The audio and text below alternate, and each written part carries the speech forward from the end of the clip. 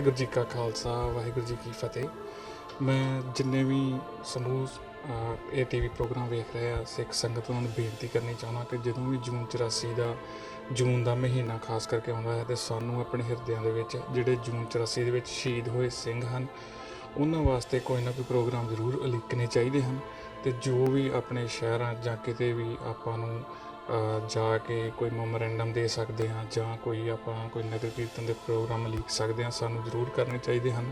ਤੇ ਉਹਨਾਂ ਸ਼ਹੀਦਾਂ ਨੂੰ ਆਪਣੇ ਦਿਲ ਵਿੱਚ ਵਸਾ ਕੇ ਸੱਚੀ ਸ਼ਰਧਾਂਜਲੀ ਜ਼ਰੂਰ ਦੇਣੀ ਚਾਹੀਦੀ ਹੈ। ਵਾਹਿਗੁਰੂ ਜੀ ਕਾ ਖਾਲਸਾ ਵਾਹਿਗੁਰੂ ਜੀ ਕੀ ਫਤਿਹ।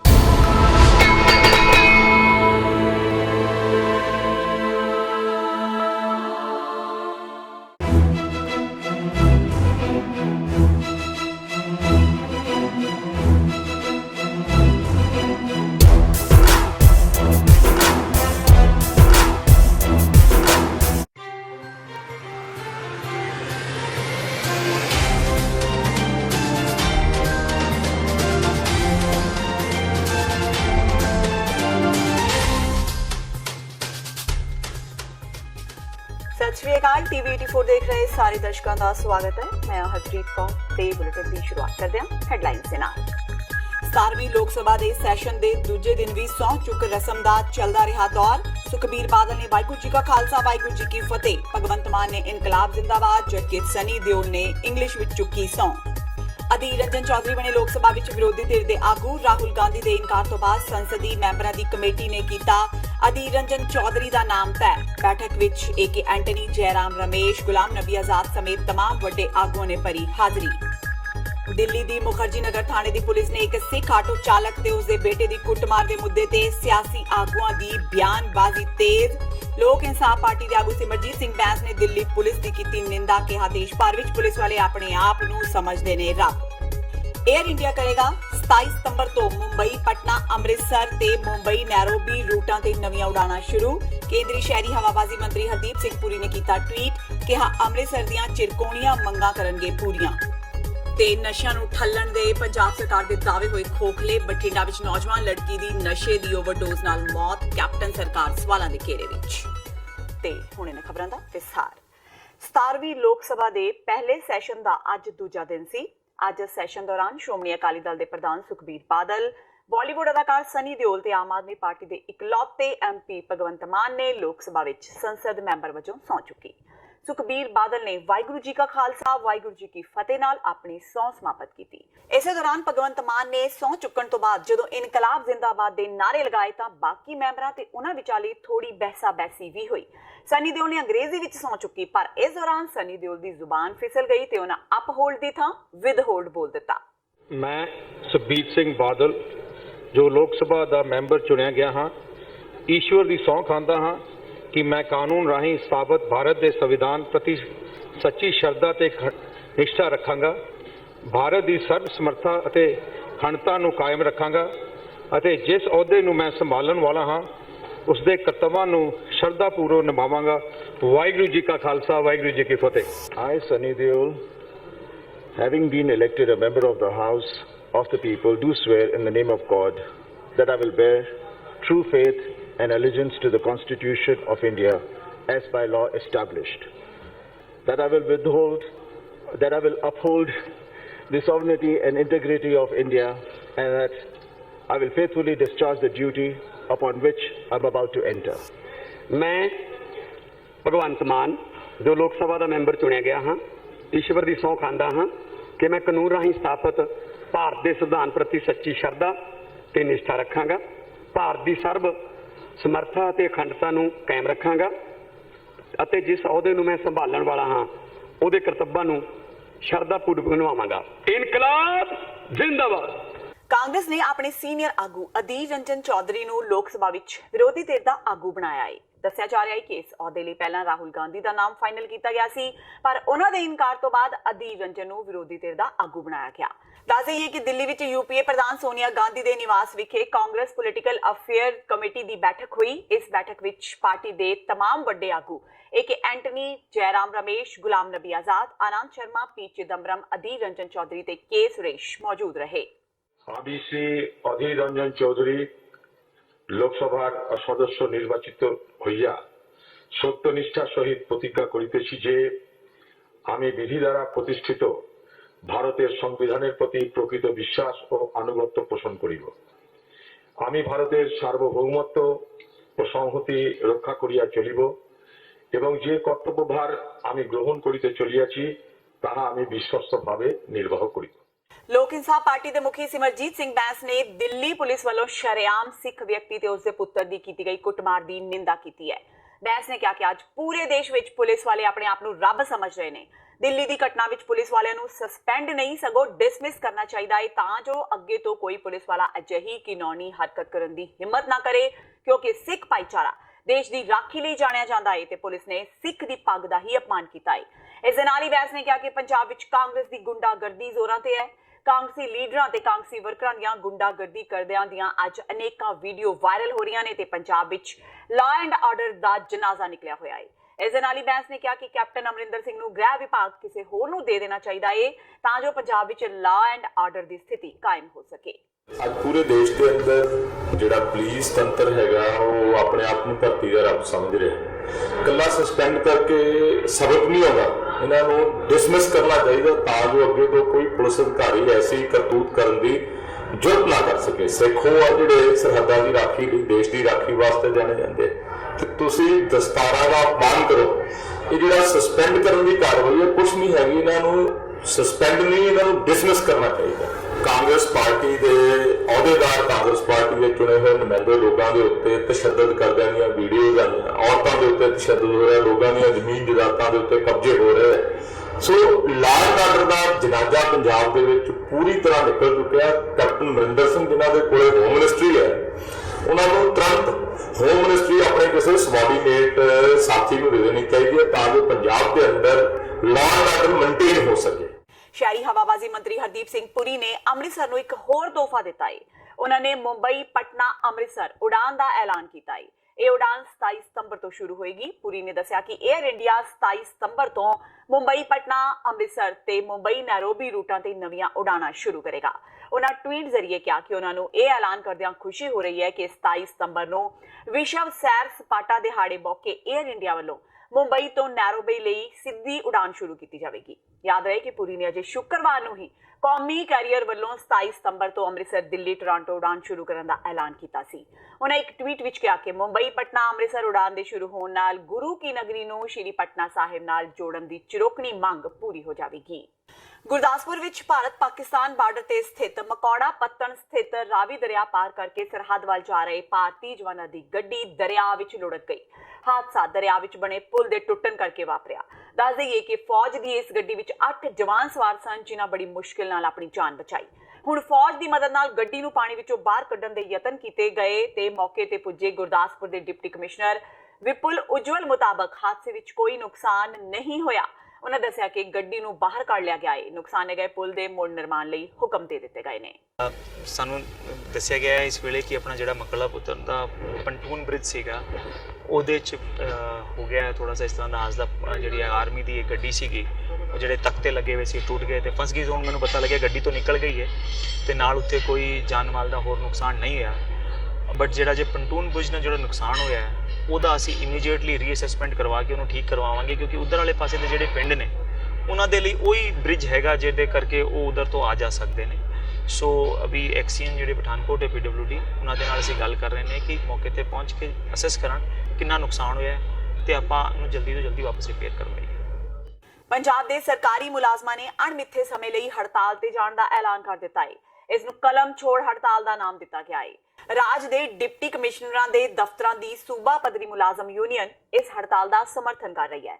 ਇਸ ਯੂਨੀਅਨ ਦਾ ਸਾਥ ਮੁਲਾਜ਼ਮ ਮੰਚ ਪੰਜਾਬ ਤੇ ਪੰਜਾਬ ਸਬਆਰਡੀਨੇਟ ਸਰਵਿਸਿਜ਼ ਫੈਡਰੇਸ਼ਨ ਵੱਲੋਂ ਵੀ ਦਿੱਤਾ ਜਾ ਰਿਹਾ ਹੈ। ਮੁਲਾਜ਼ਮ ਯੂਨੀਅਨ ਦੇ ਆਗੂਆਂ ਦਾ ਕਹਿਣਾ ਹੈ ਕਿ ਮੁੱਖ ਮੰਤਰੀ ਕੈਪਟਨ ਅਮਰਿੰਦਰ ਸਿੰਘ ਦੀ ਅਗਵਾਈ ਹੇਠਲੀ ਪੰਜਾਬ ਸਰਕਾਰ ਹੁਣ ਤੱਕ 4 ਵਾਰ ਮੰਗਾਂ ਮੰਨਣ ਦਾ ਵਾਅਦਾ ਕਰਕੇ ਮੁੱਕਰ ਚੁੱਕੀ ਹੈ। ਇਸੇ ਲਈ ਹੁਣ ਮੁਲਾਜ਼ਮਾਂ ਨੇ ਸਰਕਾਰ ਉੱਤੇ ਦਬਾਅ ਬਣਾਉਣ ਲਈ ਇਹ ਕਦਮ ਚੁੱਕਿਆ ਹੈ। ਬਹੁਤ ਸਾਰੀਆਂ ਮੰਗਾਂ ਨੇ ਪੰਜਾਬ ਸਰਕਾਰ ਤਾਈਂ ਜਿਹੜੀਆਂ ਮੁਲਾਜ਼ਮਾਂ ਵੱਲੋਂ ਮੀਟਿੰਗਾਂ ਕੀਤੀਆਂ ਗਈਆਂ ਨੇ। ਹਰ ਮੁਲਾਜ਼ਮ ਵਰਗ ਸਰਕਾਰ ਤੋਂ ਪਰੇਸ਼ਾਨ ਹੈ। 1/16 ਤੋਂ ਪੇ ਕਮਿਸ਼ਨ ਡਿਊ ਹੈ ਪੰਜਾਬ ਸਰਕਾਰ ਵੱਲੋਂ। 1/17 ਤੋਂ ਡੀਏ ਦਾ ਬਕਾਇਆ ਡਿਊ ਹੈ। 1/18 ਤੋਂ ਡੀਏ ਦੀ ਕਿਸ਼ਤ ਬਕਾਇਆ ਹੈ। ਸਰਕਾਰ ਦਾ ਧਿਆਨ ਮੁਲਾਜ਼ਮਾਂ ਵੱਲ ਨਹੀਂ ਹੈ, ਨਾ ਹੀ ਉਹਨਾਂ ਨੂੰ ਕੋਈ ਵਿਕਾਸ ਕਾਰਜ ਦਿਖਦੇ ਨੇ, ਨਾ ਹੀ ਉਹਨਾਂ ਨੂੰ ਕੋਈ ਸਿਹਤ ਕਾਰਜ ਦਿਸਦੇ ਨੇ। ਉਹ ਸਿਰਫ ਸੁੱਤੀ ਪਈ ਸਰਕਾਰ ਹੈ। ਇਹਨਾਂ ਨੂੰ ਅਸੀਂ ਜਗਾਉਣ ਲਈ ਪਹਿਲਾਂ ਵੀ ਬੜੇ ਐਕਸ਼ਨ ਕੀਤੇ ਨੇ, ਪਰ ਤਕਰੀਬਨ 2 ਸਾਲ ਤੋਂ ਉੱਤੇ ਦਾ ਸਮਾਂ ਹੋ ਚੱਲਿਆ ਹੈ। ਇਸ ਸਰਕਾਰ ਵੱਲੋਂ ਕੋਈ ਵੀ ਮੁਲਾਜ਼ਮ ਹੱਕੀ ਫੈਸਲਾ ਜਾਂ ਲੋਕ ਹਿੱਤ ਵਿੱਚ ਕੋਈ ਫੈਸਲਾ ਸਾਹਮਣੇ ਨਹੀਂ ਆ ਰਿਹਾ ਗਾ। ਬਰਨਾਲਾ ਵਿੱਚ ਇੱਕ 17 ਸਾਲਾਂ ਕੁੜੀ ਨੇ ਆਪਣੇ ਘਰ ਵਿੱਚ ਫਾਹਾ ਲੈ ਕੇ ਆਤਮ ਹੱਤਿਆ ਕਰ ਲਈ। ਮ੍ਰਿਤਕਾ ਦੇ ਘਰਦਿਆਂ ਨੇ ਆਪਣੀ ਧੀ ਅਰਸ਼ਦੀਪ ਕੌਰ ਨਾਲ ਪੜਨ ਵਾਲੀ ਉਸ ਦੀ ਸਹੇਲੀ ਸਮੇਤ ਇੱਕ ਹੋਰ ਤੇ ਅਰਸ਼ ਨੂੰ ਅਜਿਹਾ ਕਰਨ ਲਈ ਮਜਬੂਰ ਕਰਨ ਦੇ ਇਲਜ਼ਾਮ ਲਗਾਏ ਨੇ। ਮ੍ਰਿਤਕਾ ਅਰਸ਼ਦੀਪ 12ਵੀਂ ਕਲਾਸ ਦੀ ਵਿਦਿਆਰਥਣ ਸੀ। ਅਰਸ਼ ਦੇ ਘਰਦਿਆਂ ਦਾ ਕਹਿਣਾ ਹੈ ਕਿ ਉਸ ਨਾਲ ਪੜਨ ਵਾਲੀ ਸਿੰਮੀ ਤੇ ਮੁੰਡਾ ਦਵਿੰਦਰ ਮ੍ਰਿਤਕਾ ਨੂੰ ਬਲੈਕਮੇਲ ਕਰ ਰਹੇ ਸਨ। ਉਸ ਨੂੰ ਮੁੰਡੇ ਨਾਲ ਸਰੀਰਕ ਸੰਬੰਧ ਬਣਾਉਣ ਲਈ ਮਜਬੂਰ ਕੀਤਾ ਜਾ ਰਿਹਾ ਸੀ। ਇਸ ਦੇ ਚਲਦਿਆਂ ਅਰਸ਼ ਨੇ ਅਜਿਹਾ ਕਦਮ ਚੁੱਕਿਆ। ਇਸ ਦੇ ਨਾਲ ਹੀ ਅਰਸ਼ ਦੀ ਭੈਣ ਦਾ ਕਹਿਣਾ ਹੈ ਕਿ ਜਿਸ ਸਮੇਂ ਅਰਸ਼ ਨੇ ਖੁਦਕੁਸ਼ੀ ਕੀਤੀ, ਉਸ ਤੋਂ ਪਹਿਲਾਂ ਉਹ ਦਵਿੰਦਰ ਨਾਲ ਵੀਡੀਓ ਕਾਲ ਕਰ ਰਹੀ ਸੀ। ਘਰ ਵਿੱਚ ਅਰਸ਼ ਤੇ ਉਸ ਦੀ ਭੈਣ ਹੀ ਸੀ। ਅਰਸ਼ ਨੂੰ ਪੱਖੇ ਨਾਲ ਲਟਕੇ ਦੇਖ ਮ੍ਰਿਤਕਾ ਦੀ ਭੈਣ ਉਸ ਨੂੰ ਗੁਆਂਢੀਆਂ ਦੀ ਮਦਦ ਨਾਲ ਹਸਪਤਾਲ ਲੈ ਪਹੁੰਚੀ, ਜਿੱਥੇ ਡਾਕਟਰਾਂ ਨੇ ਅਰਸ਼ਦੀਪ ਨੂੰ ਮ੍ਰਿਤਕ ਐਲਾਨ ਦਿੱਤਾ। ਇਸ ਮਾਮਲੇ ਵਿੱਚ ਅਰਸ਼ ਦੀ ਮਾਂ ਤੇ ਉਸ ਦੀ ਭੈਣ ਦੇ ਬਿਆਨਾਂ ਦੇ ਆਧਾਰ ਤੇ ਸਿੰਮੀ ਤੇ ਦਵਿੰਦਰ ਖਿਲਾਫ ਕਾਨੂੰਨੀ ਧਾਰਾ 306 ਤੇ ਹੋਰ ਧਾਰਾਵਾਂ ਤਹਿਤ ਮਾਮਲਾ ਦਰਜ ਕਰ ਲਿਆ ਗਿਆ ਹੈ। ਮਾਮਲੇ ਵਿੱਚ ਅਜੇ ਤੱਕ ਕਿਸੇ ਦੀ ਵੀ ਗ੍ਰਿਫਤਾਰੀ ਨਹੀਂ ਹੋਈ। ਸਰ ਉਹਨੂੰ ਕੋਈ ਕੁੜੀ ਬਲੈਕਮੇਲ ਕਰ ਰਹੀ ਸੀ ਕਿਤੇ ਜਾਣ ਵਾਸਤੇ ਵੀ ਮੇਰੇ ਨਾਲ ਗਲਤ ਚੱਲ। ਉਹਨੇ ਸਿੰਮੀ ਆ ਜੀ ਮਹਿਲ ਕਲਾਂ ਤੋਂ। ਉਹ ਕਹਿੰਦੀ ਵੀ ਇਹ ਕਹਿੰਦੀ ਮੈਂ ਨਹੀਂ ਜਾਣਾ। ਉਹਨੇ ਮੈਸੇਜ ਕਰੇ ਕਹਿੰਦੀ ਤੂੰ ਮੈਨੂੰ ਮਿਲ ਇੱਕ ਵਾਰ, ਤੂੰ ਮੈਨੂੰ ਮਿਲ, ਤੇਰੇ ਫੋਨ ਦਾ ਹੱਲ ਕਰਤਾ। ਕਹਿੰਦੀ ਮੈਂ ਇੱਦਾਂ ਜੀ ਗੱਲਾਂ ਕਰਦੀ ਸੀ। ਇਹ ਬਾਰ-ਬਾਰ ਕਹਿ ਰਹੀ ਸੀ ਮੈਂ ਕਿਤੇ ਨਹੀਂ ਜਾਣਾ। ਤੇ 2-3 ਦਿਨਾਂ ਤੋਂ ਬਹੁਤ ਪਰੇਸ਼ਾਨ ਵੀ ਸੀ ਸਰ, ਸਾਡੇ ਨਾਲ ਗੱਲ ਵੀ ਨਹੀਂ ਕੀਤੀ। ਤੇ ਜਿਹੜਾ ਮੁੰਡਾ ਦਵਿੰਦਰ ਆ, ਜਦੋਂ ਉਹਨੇ ਸੁਸਾਈਡ ਕੀਤਾ ਉਹਦੇ ਨਾਲ ਵੀਡੀਓ ਕਾਲ ਚੱਲ ਰਹੀ ਸੀ ਜੀ, ਇਹਦੀ 27 ਸਕਿੰਟ ਵੀਡੀਓ ਕਾਲ ਚੱਲੀ ਹੈ ਜੀ। ਉਸ ਤੋਂ ਬਾਅਦ ਸਰ ਅਸੀਂ ਦੋਨੇ ਜਾਣੇ ਇਕੱਲੇ ਸੀ। ਮੰਮਾ ਲੁਧਿਆਣੇ ਸੀ DMC ਹਸਪੀਟਲ 'ਚ, ਮੈਂ ਸਰ ਇੱਧਰ ਦੂਜੇ ਰੂਮ 'ਚ ਪਈ ਸੀ ਤੇ ਮੈਨੂੰ ਕਹਿੰਦੀ ਮੈਂ TV ਦੇਖਣਾਗਾ। TV ਦੇਖਣ ਜਦੋਂ ਦੂਜੇ ਕਮਰੇ 'ਚ ਗਈ, ਮੈਂ ਨਾ ਪੱਖੇ ਦੀ ਆਵਾਜ਼ ਸੁਣੀ ਤੇ ਨਾ ਹੀ TV ਦੀ, ਤੇ ਮੈਂ ਹਾਕਾਂ ਮਾਰੀਆਂ ਜੀ। ਉਹਨੇ ਮੇਰੀ ਗੱਲ ਨਹੀਂ ਸੁਣੀ ਕੋਈ। ਮੈਂ ਫਿਰ ਲੱਤਾਂ ਮਾਰ ਜੀ ਬਾਹਰ ਖੋਲਿਆ, ਉਹ ਪੱਖੇ ਨੂੰ ਲੰਕੀ ਪਈ ਸੀ ਜੀ। ਮੈਂ ਮਸਾਂ ਲਾਹੀ ਲੈ ਕੇ ਜੀ, ਫਿਰ ਮੈਂ ਜਿਹੜੀ ਗੱਲ 'ਚ ਚੁੰਨੀ ਸੀ ਮੈਂ ਕਰ ਦੇਣਾ ਵੱਡੀ, ਫਿਰ ਮੈਂ ਸਾਡੇ ਗੁਆਂਢੀ ਬੁਲਾਏ, ਫਿਰ ਅਸੀਂ ਹਸਪਤਾਲ ਲੈ ਕੇ ਗਏ ਤੇ ਉਹ ਕਹਿੰਦੇ ਨਹੀਂ। ਉਹਨੇ ਜਾਣੀ ਕਿ ਜਿਹੜੀ ਕਿ ਹੈਗੀ ਆ ਮਹਿਲ ਕਲਾਂ ਦੀ ਕੋਈ ਲੜਕੀ ਸਿੰਮੀ ਜਿਹੜੀ ਇਹਦੇ ਨਾਲ ਹੀ ਪੜ੍ਹਦੀ ਹੁੰਦੀ ਸੀਗੀ, ਤੇ ਇੱਕ ਹੋਰ ਅਨਨੋਨ ਬੰਦੇ ਦਾ ਨਾਂ ਲੈਂਦੇ ਨੇ, ਉਹ ਹਲੇ ਨਾਂ ਦਾ ਕਲੀਅਰ ਨਹੀਂ ਹੋਇਆ ਜੀ। ਤੇ ਇਹ ਦੋਨਾਂ ਤੋਂ ਤੰਗ ਆ ਕੇ ਜਾਣੀ ਕਿ ਇਹਨੇ ਸੁਸਾਈਡ ਕੀਤੀ, ਕਿਉਂਕਿ ਉਹ ਇਹਦੇ ਬਿਆਨ ਮੁਤਾਬਕ ਵੀ ਉਹਨੂੰ ਗਲਤ ਪਾਸੇ ਗਲਤ ਕੰਮ ਕਰਨ ਵਾਸਤੇ ਉਹਨੂੰ ਜਾਣੀ ਕਿ ਥ੍ਰੈਟ ਕਰਦੇ ਸੀਗੇ। ਉਹ ਤੋਂ ਤੰਗ ਆ ਕੇ ਇਹਨੇ ਸੁਸਾਈਡ ਕਰ ਲਿਆ। ਉਹਦੇ ਅਗੇਂਸਟ ਅਸੀਂ ਆਪਣਾ ਮੁਕੱਦਮਾ ਨੰਬਰ 224 ਅੰਡਰ ਸੈਸ਼ਨ 306 506 34 IPC ਇਹ ਦੋਸ਼ੀਆਂ ਦੇ ਜਿਹੜੇ ਤੁਹਾਨੂੰ ਨਾਂ ਦੱਸੇ ਨੇ ਦੋਨਾਂ ਦੇ ਖਿਲਾਫ ਦਰਜ ਕੀਤਾ ਜੀ। ਅਗਲੀ ਤਫਤੀਸ਼ ਸ਼ੁਰੂ ਹੈ ਜੀ। ਤੇ ਹੁਣ ਵੇਲਾ ਹੋ ਗਿਆ ਬ੍ਰੇਕ ਦਾ। ਬਾਕੀ ਦੀਆਂ ਖਬਰਾਂ ਇਸ ਬ੍ਰੇਕ ਤੋਂ ਬਾਅਦ।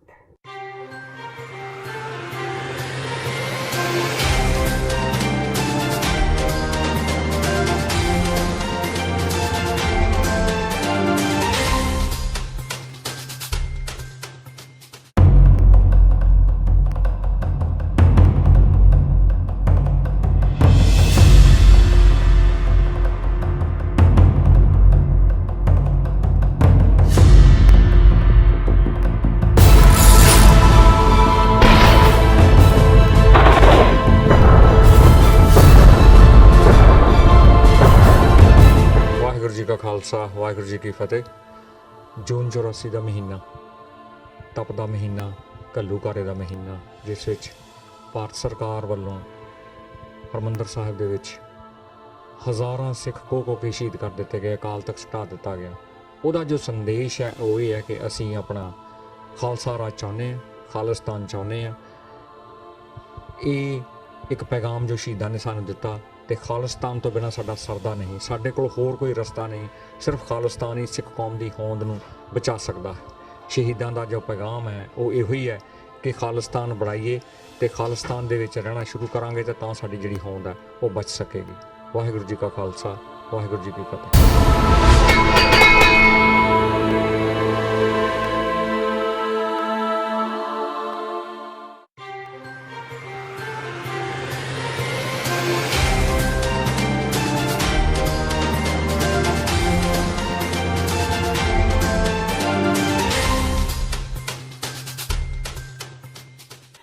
TV84 ਫਤਿਹ ਖਬਰਾਂ ਦੇ ਬੁਲੇਟਿਨ ਵਿੱਚ ਸਵਾਗਤ ਹੈ। ਵਾਧਿਆਂ ਅਗਲੀ ਖਬਰ ਵੱਲ। ਇੱਕ ਪਾਸੇ ਪੰਜਾਬ ਸਰਕਾਰ ਨਸ਼ੇ ਨੂੰ ਠੱਲ ਪਾਉਣ ਲਈ ਵੱਡੇ ਦਾਅਵੇ ਕਰ ਰਹੀ ਹੈ ਤੇ ਦੂਜੇ ਪਾਸੇ ਨਸ਼ਿਆਂ ਨਾਲ ਮੌਤਾਂ ਦਾ ਸਿਲਸਿਲਾ ਵੀ ਲਗਾਤਾਰ ਜਾਰੀ ਹੈ। ਤਾਜ਼ਾ ਮਾਮਲਾ ਜ਼ਿਲ੍ਹਾ ਬਠਿੰਡਾ ਦਾ ਹੈ, ਜਿੱਥੇ 21 ਸਾਲਾ ਲੜਕੀ ਦੀ ਚਿੱਟੇ ਨਾਲ ਮੌਤ ਹੋ ਗਈ। ਡਾਕਟਰਾਂ ਦਾ ਕਹਿਣਾ ਹੈ ਕਿ ਪਿਛਲੇ ਲੰਬੇ ਸਮੇਂ ਤੋਂ ਇਹ ਲੜਕੀ ਚਿੱਟੇ ਦੇ ਨਸ਼ੇ ਦਾ ਸੇਵਨ ਕਰ ਰਹੀ ਸੀ। ਇਸ ਬਾਰੇ ਪ੍ਰਾਈਵੇਟ ਸੰਸਥਾ ਦੇ ਇੱਕ ਅਧਿਕਾਰੀ ਨੇ ਦੱਸਿਆ ਕਿ ਪਿਛਲੇ ਦਿਨੀ ਉਹਨਾਂ ਨੂੰ ਫੋਨ ਤੇ ਜਾਣਕਾਰੀ ਮਿਲੀ ਸੀ ਕਿ ਬਠਿੰਡਾ ਦੇ ਗਰੋਥ ਸੈਂਟਰ ਨੇੜੇ ਉਕਤ ਲੜਕੀ ਬੇਹੋਸ਼ ਪਈ ਹੈ। ਜਦ ਉਸ ਨੂੰ ਬਠਿੰਡਾ ਸਿਵਲ ਹਸਪਤਾਲ ਲਿਆਂਦਾ ਗਿਆ ਤਾਂ ਡਾਕਟਰਾਂ ਨੇ ਦੱਸਿਆ ਕਿ ਇਹ ਲੜਕੀ ਨਸ਼ੇ ਦੀ ਆਦੀ ਹੈ। ਕੁਝ ਸਮਾਂ ਲੜਕੀ ਨੂੰ ਬਠਿੰਡਾ ਦੇ ਹਸਪਤਾਲ ਵਿੱਚ ਦਾਖਲ ਰੱਖਿਆ ਗਿਆ। ਉਸ ਤੋਂ ਬਾਅਦ ਉਸ ਨੂੰ ਘਰ ਵਾਪਸ ਭੇਜ ਦਿੱਤਾ ਗਿਆ, ਪਰ ਅੱਜ ਉਸ ਦੀ ਮੌਤ ਹੋ ਗਈ। ਸਿਵਲ ਹਸਪਤਾਲ ਬਠਿੰਡਾ ਦੇ ਡਾਕਟਰ ਨੇ ਦੱਸਿਆ ਕਿ ਇਹ ਲੜਕੀ ਚਿੱਟੇ ਦਾ ਟੀਕਾ ਲਗਾਉਂਦੀ ਸੀ। ਉਹਨਾਂ ਲੜਕੀ ਦਾ ਇਲਾਜ ਸ਼ੁਰੂ ਕੀਤਾ, ਪਰ ਕੁਝ ਸਮੇਂ ਬਾਅਦ ਲੜਕੀ ਘਰ ਵਾਪਸ ਚਲੀ ਗਈ। ਅੱਜ ਦੁਬਾਰਾ ਸੰਸਥਾ ਵਾਲੇ ਲੜਕੀ ਨੂੰ ਹਸਪਤਾਲ ਲੈ ਕੇ ਆਏ ਤਾਂ ਉਸ ਦੀ ਮੌਤ ਹੋ ਚੁੱਕੀ ਸੀ। ਡਾਕਟਰਾਂ ਨੂੰ ਖਦਸ਼ਾ ਹੈ ਕਿ ਜਦੋਂ ਲੜਕੀ ਨੂੰ ਘਰ ਭੇਜਿਆ ਗਿਆ ਤਾਂ ਉਸਨੇ ਦਵਾਈ ਬੰਦ ਕਰ ਦਿੱਤੀ ਤੇ ਦੁਬਾਰਾ ਨਸ਼ੇ ਦਾ ਸੇਵਨ ਕਰਨ ਲੱਗੀ, ਕਿਉਂਕਿ ਉਸਦੇ ਮੂੰਹ ਵਿੱਚੋਂ ਝੱਗ ਆ ਰਹੀ ਸੀ। ਡਾਕਟਰਾਂ ਮੁਤਾਬਕ ਲੜਕੀ ਨੂੰ ਨਸ਼ੇ ਕਰਕੇ ਹਾਰਟ ਅਟੈਕ ਹੋਇਆ ਲੱਗਦਾ ਹੈ। ਇਸ ਮਾਮਲੇ ਸੰਬੰਧੀ ਪੁਲਿਸ ਅਧਿਕਾਰੀ ਨੇ ਕਿਹਾ ਕਿ ਉਹ ਮਾਮਲੇ ਦੀ ਜਾਂਚ ਕਰ ਰਹੇ ਨੇ। ਇਹ ਲੜਕੀ ਐਕਚੁਅਲੀ ਸਾਡੇ ਕੋਲ ਪਹਿਲਾਂ 10 ਦਿਨ ਪਹਿਲਾਂ ਦਾਖਲ ਰਹੀ ਸੀ, 10-15 ਦਿਨ ਪਹਿਲਾਂ ਆਈ ਸੀ। ਇਹ ਸਹਾਰਾ ਵਾਲੇ ਲੈ ਕੇ ਆਈ ਸੀ 400 ਕਿੱਲੇ ਚੋਂ ਲੈ ਕੇ। ਉਹ ਚਿੱਟੇ ਦਾ ਨਸ਼ਾ ਕਰ ਰਹੀ ਸੀ। 21 ਸਾਲ ਦੀ ਉਮਰ ਸੀ। 7-8 ਸਾਲ ਤੋਂ ਜਿਵੇਂ ਦੱਸਿਆ ਸੀ ਪਹਿਲਾਂ ਵੀ ਇਹ ਚਿੱਟੇ ਦੇ ਟੀਕੇ ਵਗੈਰਾ ਲਾ ਰਹੀ ਸੀ। ਉਹਦੇ ਟੈਸਟ ਵਗੈਰਾ ਕੀਤੇ ਗਏ, ਇਹਦੇ ਕਾਫੀ ਇਨਫੈਕਸ਼ਨ ਸੀ ਬਹੁਤ ਜ਼ਿਆਦਾ, ਤੇ ਹੈਪੇਟਾਈਟਿਸ ਸੀ ਵੀ ਪੋਜ਼ਿਟਿਵ ਆਇਆ ਸੀ। ਇਹਦੇ ਮਤਲਬ ਨਸ਼ੇ ਜਦੋਂ ਆਈ ਸੀ ਕਾਫੀ ਬੁਰੀ ਹਾਲਤ ਸੀ ਪਹਿਲਾਂ 15 ਦਿਨ ਪਹਿਲਾਂ। ਉਦੋਂ ਤਾਂ ਚਲੋ ਰਿਕਵਰ ਹੋ ਗਈ ਸੀ, ਕਾਫੀ ਠੀਕ ਹੋ ਗਈ ਸੀ, ਤੁਰ ਵੀ ਨਹੀਂ ਸਕਦੀ ਸੀ ਇੱਥੇ, ਤੇ ਠੀਕ ਹੋ ਗਈ ਸੀ। ਉਸ ਤੋਂ ਬਾਅਦ ਇਹ ਘਰ ਚਲੀ ਗਈ ਸੀ ਆਪਣੀ ਮਰਜ਼ੀ ਨਾਲ ਛੁੱਟੀ ਲੈ ਕੇ 4-5 ਦਿਨ ਪਹਿਲਾਂ। ਅੱਜ ਤਾਂ ਅਚਾਨਕ 108 ਵਾਲੇ ਐਮਰਜੈਂਸੀ 'ਚ ਲੈ ਕੇ ਆਏ ਆ। ਡਾਕਟਰ ਅਮਿਤ ਕੰਬੋਜ ਜੁੱਟਦੇ ਸੀ, ਜਦੋਂ ਬਰੋਡ ਡੈਡ ਹੀ ਸੀ, ਮਤਲਬ ਡੈਥ ਹੋਈ ਸੀ, ਤੇ ਮੂੰਹ 'ਚ ਝੱਗ ਵਗੈਰਾ ਆਈ ਹੋਈ ਸੀ, ਹੱਥ ਪੈਰ ਸੁੱਜੇ ਹੋਏ ਸੀ। ਹੋ ਸਕਦਾ ਜਦੋਂ ਇਹਦੀ ਇਨਫੈਕਸ਼ਨ ਦਵਾਈ ਘਰੇ ਜਾ ਕੇ ਨਹੀਂ ਰਹੀ, ਉਸ ਕਰਕੇ ਹੋ ਗਈ ਹੋਵੇ, ਇਨਫੈਕਸ਼ਨ ਵੱਧ ਗਈ ਹੋਵੇ, ਜਾਂ ਹੋ ਸਕਦਾ ਦੁਬਾਰਾ ਚਿੱਟਾ ਲਾਇਆ ਹੋਵੇ ਘਰੇ ਜਾ ਕੇ, ਤੇ ਹੋ ਸਕਦਾ ਦੌਰਾ ਵੀ ਪਿਆ ਹੋਵੇ, ਕੁਝ ਵੀ ਨਹੀਂ ਕਹਿ ਸਕਦਾ। ਮਤਲਬ ਹੁਣ ਇੱਕ ਵਾਰ ਤਾਂ ਮਤਲਬ ਸਾਡੇ ਕੋਲ ਜਦੋਂ ਆਈ 108 ਵਾਲੇ ਨੂੰ ਅੰਮ੍ਰਿਤਕ ਹੀ ਲੈ ਕੇ ਆਏ ਸੀ। ਫਿਰੋਜ਼ਪੁਰ ਭਾਰਤ-ਪਾਕ ਸਰਹੱਦ ਤੇ ਬੀਤੀ ਦੇਰ ਸ਼ਾਮ ਸਤਲੁਜ ਦਰਿਆ ਵਿੱਚ ਇੱਕ ਕਿਸ਼ਤੀ ਡੁੱਬਣ ਨਾਲ ਇੱਕੋ ਪਰਿਵਾਰ ਦੇ 3 ਮੈਂਬਰਾਂ ਦੀ ਮੌਤ ਹੋ ਗਈ। ਮ੍ਰਿਤਕਾਂ ਦੇ ਘਰ ਅੱਜ ਸਵੇਰੇ ਫਿਰੋਜ਼ਪੁਰ ਦੇ ਡਿਪਟੀ ਕਮਿਸ਼ਨਰ ਚੰਦਰ ਗੋਂਦ ਵਿਸ਼ੇਸ਼ ਤੌਰ ਤੇ ਪਹੁੰਚੇ, ਜਿਨ੍ਹਾਂ ਨੇ ਪੰਜਾਬ ਸਰਕਾਰ ਵੱਲੋਂ ਉਕਤ ਪਰਿਵਾਰ ਨਾਲ ਦੁੱਖ ਸਾਂਝਾ ਕੀਤਾ। ਪੱਤਰਕਾਰਾਂ ਨਾਲ ਗੱਲਬਾਤ ਕਰਦਿਆਂ ਉਹਨਾਂ ਕਿਹਾ ਕਿ ਲੋਕਾਂ ਵੱਲੋਂ ਬਣਾਈ ਗਈ ਕਿਸ਼ਤੀ ਹੇਠਾਂ ਤੋਂ ਟੁੱਟੀ ਹੋਈ ਸੀ, ਜਿਸ ਕਾਰਨ ਇਹ ਹਾਦਸਾ ਵਾਪਰਿਆ। ਉਹਨਾਂ ਕਿਹਾ ਕਿ ਉਸੇ ਸਮੇਂ ਉੱਥੇ ਇੱਕ ਵੱਡਾ ਬੇੜਾ ਵੀ ਸੀ, ਪਰ ਉਕਤ ਲੋਕ ਛੋਟੀ ਕਿਸ਼ਤੀ ਵਿੱਚ ਸਵਾਰ ਹੋ ਗਏ, ਜਿਸ ਦੀ ਹਾਲਤ ਪਹਿਲਾਂ ਤੋਂ ਹੀ ਕਾਫੀ ਖਸਤਾ ਸੀ। ਦੱਸਿਆ ਜਾਂਦਾ ਹੈ ਕਿ ਦਰਿਆ ਤੇ ਵਸਿਆ ਸਰਹੱਦੀ ਪਿੰਡ ਝੁੱਗੇ ਚੀਨਾ ਸਿੰਘ ਵਾਲਾ ਦਾ ਇਹ ਪਰਿਵਾਰ ਖੇਤਾਂ ਵਿੱਚ ਝੋਨੇ ਦੀ ਫਸਲ ਦੀ ਬਿਜਾਈ ਕਰਕੇ ਵਾਪਸ ਆਪਣੇ ਘਰ ਮੁੜ ਰਿਹਾ ਸੀ। ਅਚਾਨਕ ਤੇਜ਼ ਹਵਾ ਚੱਲਣ ਨਾਲ ਕਿਸ਼ਤੀ ਦਾ ਸੰਤੁਲਨ ਵਿਗੜ ਗਿਆ ਤੇ ਕਿਸ਼ਤੀ ਡੁੱਬ ਗਈ। ਸਾਨੂੰ ਸਾਰਿਆਂ ਨੂੰ ਬਹੁਤ ਦੁੱਖ ਹੈ। ਸਾਰੀ ਸਰਕਾਰ ਵੱਲੋਂ ਮੈਂ ਆਇਆ, ਕੈਪਟਨ ਅਮਰਿੰਦਰ ਸਿੰਘ ਜੀ ਨੂੰ ਜਦੋਂ ਪਤਾ ਲੱਗਿਆ, ਉਹਨਾਂ ਨੇ ਬਹੁਤ ਹੀ ਦੁੱਖ ਮਨਾਇਆ, ਔਰ ਉਹਨਾਂ ਵੱਲੋਂ ਵੀ ਮੈਂ ਅਫਸੋਸ, ਸਾਰੀ ਸਰਕਾਰ ਵੱਲੋਂ, ਪੰਜਾਬ ਸਰਕਾਰ ਵੱਲੋਂ, ਆਪਣੇ ਹਲਕਾ ਐਮਐਲਏ ਵੱਲੋਂ ਅਸੀਂ ਇੱਥੇ ਅਫਸੋਸ ਪ੍ਰਗਟ ਕਰਨ ਆਏ ਹਾਂ। ਔਰ ਬਹੁਤ ਹੀ ਮੰਦਭਾਗੀ ਘਟਨਾ ਹੋਈ ਹੈ, ਜਿਹਦਾ ਸਾਨੂੰ ਸਾਰੀ ਸਰਕਾਰ ਨੂੰ ਬਹੁਤ ਜ਼ਿਆਦਾ ਅਫਸੋਸ ਹੈ। ਸਰ ਕਿੰਨੀਆਂ ਮੌਤਾਂ ਹੋਈਆਂ ਸੀ? ਇਹਦੇ ਵਿੱਚ 3 ਬੱਚੇ ਮਰੇ ਨੇ ਜੀ। ਉਹ ਬੱਚਿਆਂ ਨੂੰ ਪਤਾ ਵੀ ਸੀਗਾ, ਜੋ ਇਹਨਾਂ ਦੇ ਪਿਤਾ ਜੀ ਦੱਸ ਰਹੇ ਨੇ ਕਿ ਬੇੜੀ ਟੁੱਟੀ ਹੋਈ ਹੈ, ਲੀਕ ਕਰਦੀ ਹੈ, ਕਿਉਂਕਿ ਸਰਕਾਰੀ ਬੇੜੇ ਨੂੰ ਚੱਲਣ ਨੂੰ ਟਾਈਮ ਸੀਗਾ, ਬੰਦੇ ਪੂਰੇ ਹੋਣਗੇ ਤੇ ਤਾਂ ਚੱਲਣਾ ਹੈ। ਉਹ ਵਿਚਾਰੇ ਉਸ ਟੁੱਟੀ ਬੇੜੀ ਦੇ ਵਿੱਚ ਸਵਾਰ ਹੋ ਗਏ, ਜਿਹਦੇ ਨਾਲ ਉਹਦੇ 'ਚ ਪਾਣੀ ਭਰ ਗਿਆ ਤੇ ਇਹ ਹਾਦਸਾ ਹੋਇਆ। ਘਰ ਵਿੱਚ ਖੁਸ਼ੀਆਂ ਦਾ ਮਾਹੌਲ ਸਿਰਜਿਆ ਸੀ, ਪਰ ਕੁਦਰਤ ਨੂੰ ਕੁਝ ਹੋਰ ਹੀ ਮਨਜ਼ੂਰ ਸੀ। ਫਿਰੋਜ਼ਪੁਰ, ਜਿੱਥੇ ਅੱਜ ਸਵੇਰੇ ਕਰੀਬ 10:30 ਵਜੇ ਪਿੰਡ ਬਾਜਿਤਪੁਰ ਦੇ 21 ਸਾਲਾ ਨੌਜਵਾਨ ਨਿਸ਼ਾਨ ਸਿੰਘ, ਜੋ ਕਿ ਖੇਤਾਂ ਵਿੱਚ ਕੰਮ ਕਰ ਰਿਹਾ ਸੀ, ਤੇ ਅਚਾਨਕ ਅਸਮਾਨੀ ਬਿਜਲੀ ਡਿੱਗੀ, ਜਿਸ ਨਾਲ ਉਸ ਦੀ ਮੌਕੇ ਤੇ ਹੀ ਮੌਤ ਹੋ ਗਈ।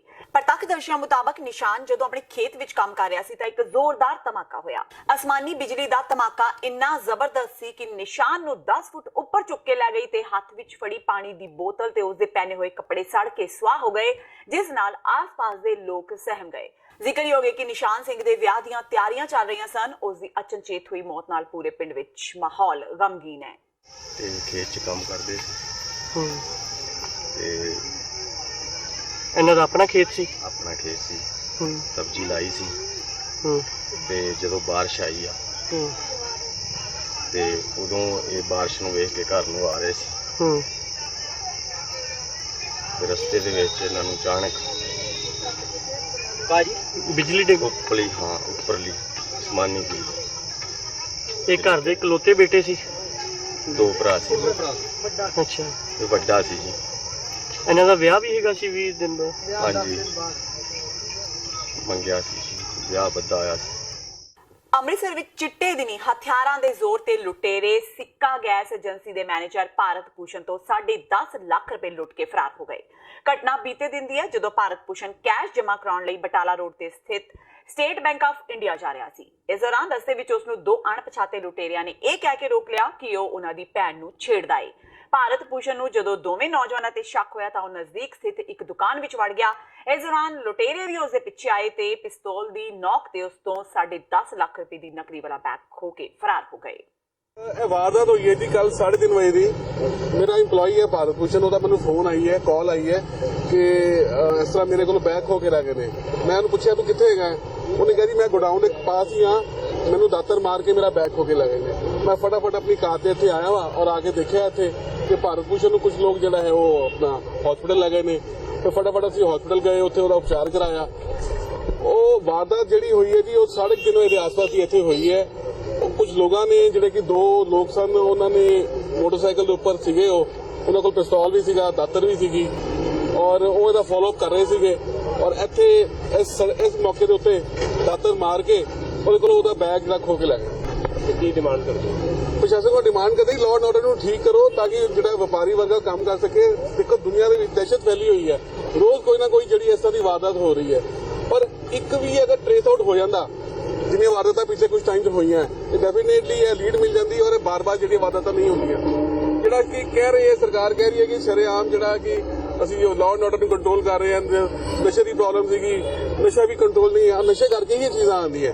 ਔਰ ਜਿਹੜੇ ਹਿਸਟਰੀ ਸ਼ੀਟਰਸ ਨੇ ਮੇਰੇ ਖਿਆਲ ਨਾ ਤਾਂ ਇਹਨਾਂ ਕੋਲ ਕੋਈ ਤਰੀਕਾ ਹੈ ਸਾਇੰਟੀਫਿਕ ਇਨਵੈਸਟੀਗੇਸ਼ਨ ਕਰਨ ਦਾ, ਨਾ ਇਹਨਾਂ ਨੂੰ ਸਮਝ ਆ ਰਹੀ ਹੈ ਵੀ ਅਸੀਂ ਕਿਸ ਤਰ੍ਹਾਂ ਫੜੀਏ ਬੰਦੇ ਨੂੰ, ਕੀ ਕਰੀਏ। ਮੇਰੇ ਖਿਆਲ ਇੱਕ ਪੁਲਿਸ ਹਾਲ ਤੱਕ ਇਸ ਵੇਲੇ ਕਲੂਲੈਸ ਹੈਗੀ ਹੈ, ਪੁਲਿਸ ਨੂੰ ਆਪ ਸਮਝ ਨਹੀਂ ਆ ਰਹੀ ਵੀ ਅਸੀਂ ਕਿਸ ਤਰ੍ਹਾਂ ਕਰਨਾ। ਪੰਜਾਬ ਪ੍ਰਦੂਸ਼ਣ ਕੰਟਰੋਲ ਬੋਰਡ ਵੱਲੋਂ ਪਲਾਸਟਿਕ ਦੇ ਲਿਫਾਫਿਆਂ ਤੇ ਲਗਾਏ ਗਏ ਬੈਨ ਨੂੰ ਲੈ ਕੇ ਲਗਾਤਾਰ ਮੁਹਿੰਮ ਚਲਾਈ ਜਾ ਰਹੀ ਹੈ। ਇਸ ਨੂੰ ਲੈ ਕੇ ਲੁਧਿਆਣਾ ਦੇ ਵੇਖੀ ਸਿਨੇਮਾ ਬਾਜ਼ਾਰ ਨੇੜੇ ਪ੍ਰਦੂਸ਼ਣ ਕੰਟਰੋਲ ਬੋਰਡ ਵੱਲੋਂ ਅੱਜ ਛਾਪੇਮਾਰੀ ਕੀਤੀ ਗਈ ਤੇ ਵੱਡੀ ਤਾਦਾਦ ਵਿੱਚ ਪਲਾਸਟਿਕ ਦੇ ਲਿਫਾਫੇ ਬਰਾਮਦ ਕੀਤੇ ਗਏ। ਇਸ ਮੌਕੇ ਪ੍ਰਦੂਸ਼ਣ ਕੰਟਰੋਲ ਟੀਮ ਦੀ ਅਗਵਾਈ ਕਰ ਰਹੇ ਐਸਡੀਓ ਸੰਦੀਪ ਕੌਰ ਨੇ ਦੱਸਿਆ ਕਿ ਪਲਾਸਟਿਕ ਦੇ ਲਿਫਾਫੇ ਪੂਰੀ ਤਰ੍ਹਾਂ ਬੈਨ ਨੇ, ਪਰ ਇਸ ਦੇ ਬਾਵਜੂਦ ਵੀ ਪਲਾਸਟਿਕ ਦੇ ਲਿਫਾਫਿਆਂ ਦੀ ਵਰਤੋਂ ਹੋ ਰਹੀ ਹੈ, ਜਿਸ ਤੇ ਠੱਲ ਪਾਉਣ ਲਈ ਉਹਨਾਂ ਵੱਲੋਂ ਵੱਖ-ਵੱਖ ਥਾਵਾਂ ਤੇ ਛਾਪੇਮਾਰੀ ਕੀਤੀ ਜਾ ਰਹੀ ਹੈ ਤੇ ਇਸੇ ਦੇ ਮੱਦੇਨਜ਼ਰ ਹੁਣ ਛਾਪੇਮਾਰੀ ਕੀਤੀ ਗਈ ਹੈ ਤੇ ਹੁਣ ਚਲਾਨ ਕੱਟ ਕੇ ਅਗਲੀ ਕਾਰਵਾਈ ਕੀਤੀ ਜਾਵੇਗੀ। ਲਿਫਾਫੇ ਤੇ ਕਾਫੀ ਫੜੇ ਉੱਪਰ ਸਟਾਕ ਫੜਿਆ ਹੋਇਆ ਸੀ, ਕੰਬਾਈਨਡ ਏਡ ਕੀਤੀ ਕਾਰਪੋਰੇਸ਼ਨ ਨਾਲ ਮਿਲ ਕੇ ਪੋਲਿਊਸ਼ਨ ਕੰਟਰੋਲ ਬੋਰਡ ਨੇ। ਕਾਨ ਸਿੰਘ ਪੰਨੂ ਜਿਹੜੇ ਆ ਤੰਦਰੁਸਤ ਪੰਜਾਬ ਦੇ ਚੇਅਰਮੈਨ ਡਾਇਰੈਕਟਰ ਨੇ ਜਿਹੜੇ, ਉਹਨਾਂ ਦੀ ਹਦਾਇਤਾਂ ਤੇ ਸਾਰੇ ਕੰਬਾਈਨਡ ਇੱਕ ਹੀ ਕੀਤੀ ਹੈ ਰੇਡ। 25 ਕਿੰਨਾ ਟੋਟਲ ਹੋ ਗਿਆ?